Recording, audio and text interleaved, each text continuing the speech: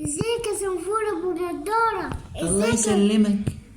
ازيك يا صنفور اللي انت لسه نايم؟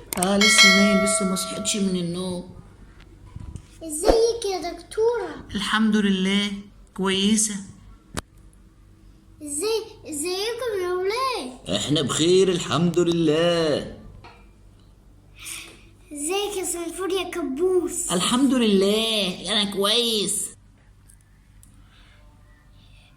انا النهارده عندي لعبه جديده. لعبة ايه يا ادم؟ لعبه الطياره. الطيارة؟ قول لنا الطيارة بتتعمل ازاي؟ اول حاجه شغلها. هتشغل الطيارة؟ ورينا كده تشغلها ازاي.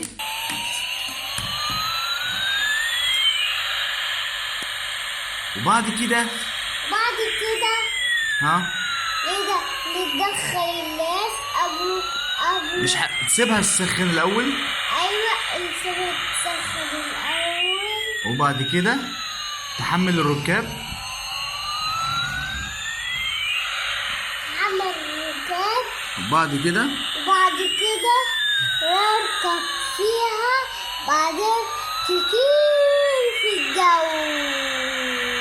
ورينا كده هتمشي الاول وبعد كده تطير.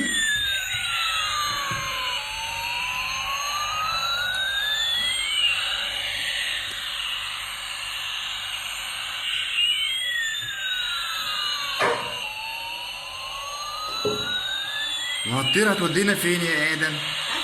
هوديكم مصر. مصر؟ الله، عايزين نروح مصر.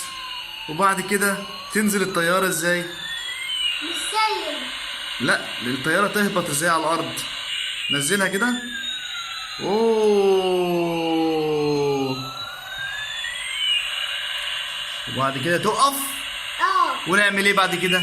نقفلها. نقفل الطيارة.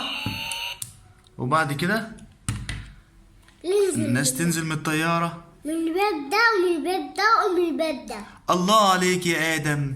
وبعدين هنعمل ايه؟ هننزل مين؟ هننزل الدكتورة، وهننزل صنفور النايم، وهننزل صنفور أبو نضارة، وهننزل صنفور أبو شكوش، وهننزل الولاد، وبعد كده ما تنسوش تعملوا لنا لايك وشير وسبسكرايب.